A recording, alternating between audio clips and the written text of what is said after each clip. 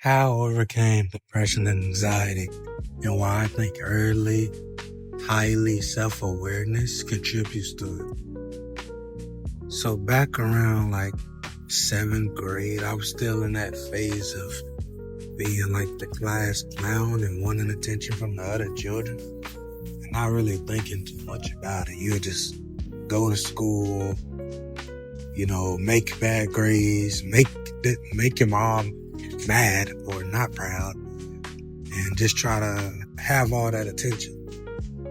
But around like the end of 7th grade, like around the summertime period, I started to watch these like spiritual videos. And outside of me like wanting attention from the kids and stuff, I always had been like curious of the world, curious of stuff of that nature. So when I started watching those spiritual videos, it like awakened something in me, so to speak. Like when I first started watching, it's like I was fearful, like I just gained forbidden knowledge, or like a part of me was waking up seeing that I was different from like the system of kids. Like I was me. I wasn't just a part of them. Like, I'm a separate being. I'm Adrian. So around that time, as I would say, awakening or becoming more self-aware, I started to think way more deeply, like about how people thought of me, how people see me, how I look, how I dress, what I look like. Like before that, I'm pretty sure I never even looked in the mirror. Like I literally never looked in the mirror.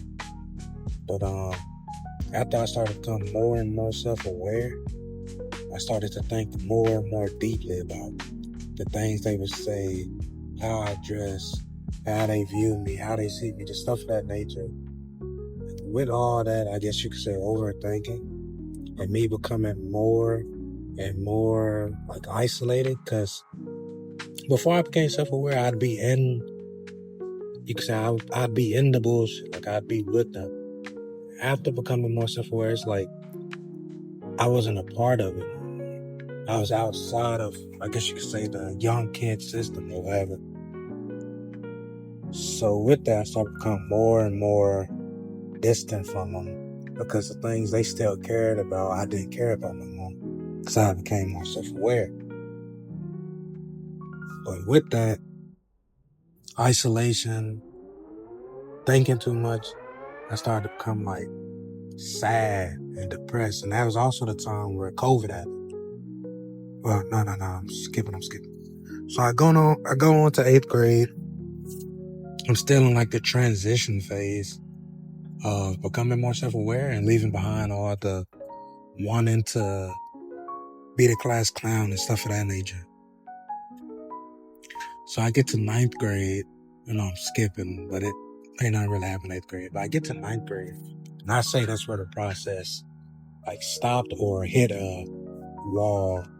If I became so self-aware, I was just like quiet now. I didn't talk nearly as much as I used to. I was no longer like that class clown, wanna be popular kid. I was just there in my thoughts, every day, all the time.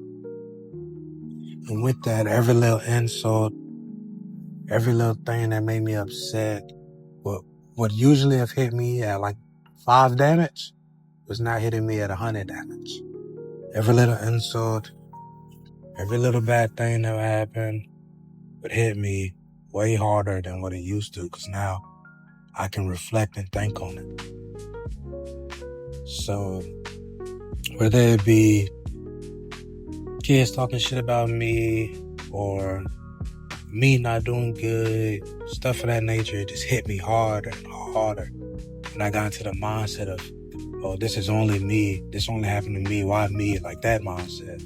The mindset that probably a lot of people are in and still in, that why me mindset, instead of what can I learn from this? So I was stuck in that why me mindset. I never could really get out of it until I started to do more thinking. Because the crazy thing about it, the way out of that, the way I got out of that, is to become more self-aware. There's definitely levels to self-awareness itself.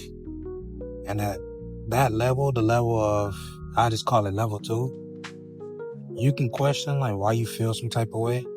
but you don't know how to help yourself. So like some days I will ask myself, like, why am I sad? Like, it's literally the why me? Like, why me?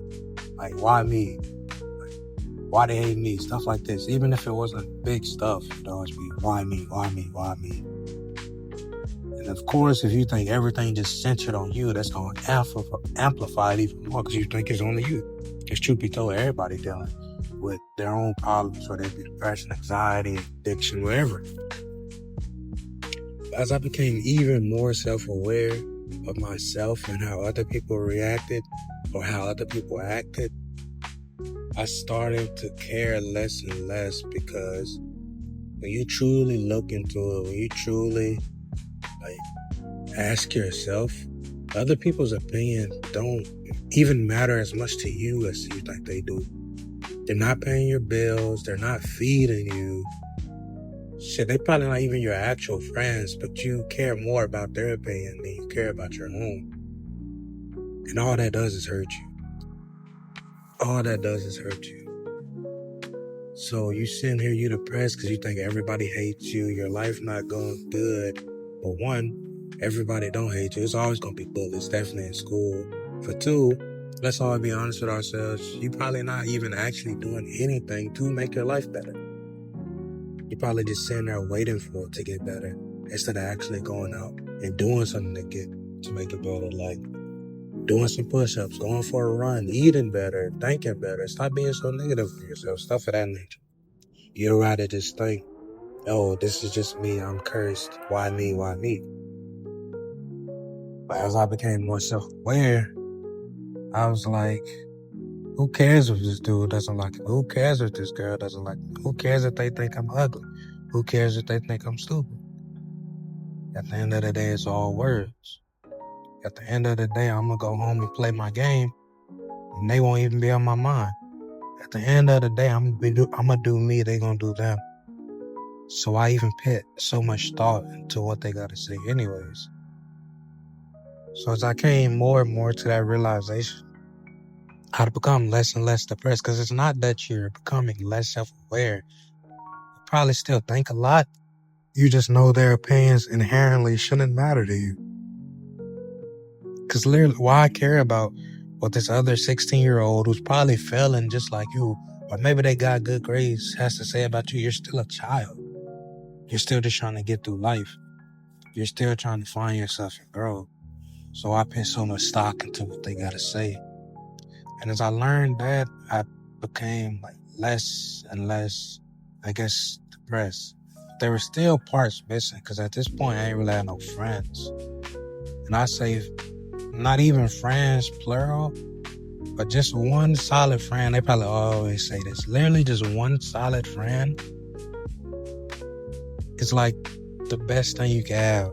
You don't need 10, 20 friends. You literally don't need that. As long as you got one solid friend, you'll be straight. I actually, all the way up until my first year in college, I still had no friends. Yeah, I wasn't really depressed or nothing no more, but I still knew it was something missing.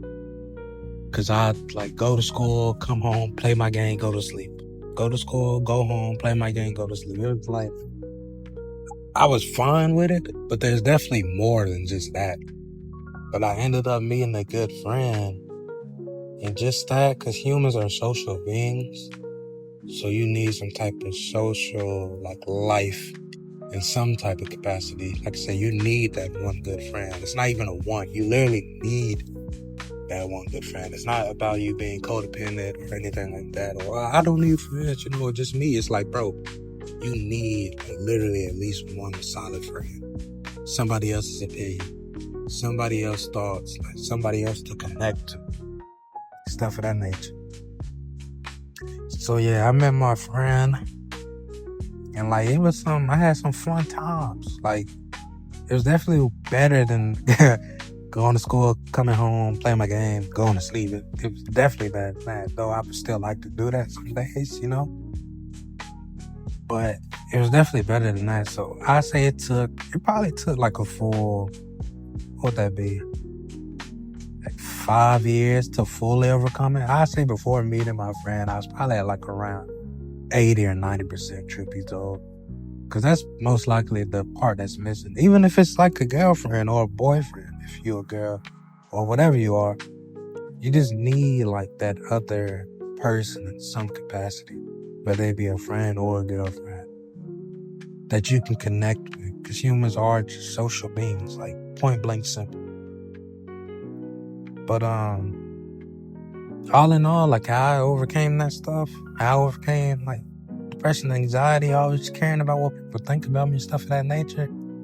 I just stopped caring, which may seem like, oh, no duh, but yeah, I just stopped caring. Like,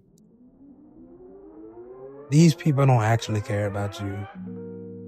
They'll call you all type of horrible names and go home and eat 3 Big Macs, or maybe they'll go home and play football, whatever. I'm not even trying to say they're like a trash person or anything. I'm just saying, like, you got your life, they got their life. Fuck them. Like, just do you, be you, and that's the happiest life you can live. Where the only person whose opinion really matters to you is your own. And the way to work up to that is literally, bro, like exercise I did unconsciously, which helped me. Let's say something bad happened in your life, or somebody call you a name. Just say you don't care. Literally just repeat to yourself, I don't care. Or this gonna pass. Like, they talk bad, like this gonna pass, or I don't care. Like something like, just dismiss that. Dismiss that negativity. As soon as you identify emotion or something, that's half of the battle. So again, the way I overcame it, the way I think most people can overcome it is just, first off, don't put too much stock in what people gotta tell you. When those emotions ever do creep up, like that sadness or that fear, just tell yourself what you're feeling. And then try to ask yourself why. Oh, I'm feeling a bit sad right now. Oh, why? Because that dude called me a pumpkin head. Oh, I'm feeling a bit fearful right now. Why? Because I know I gotta go to class later with the kids that don't like me. As soon as you identify the emotion and tell yourself what it is, that's half the battle. But this video getting kind of long, so I'm gonna end it off here. I don't know if I went into enough depth, but it's actually, just like most things in life, it's way more simple than what you think it is. But yeah, that's how I overcame depression and anxiety, and why I think heightened self-awareness early is a big contributor to it.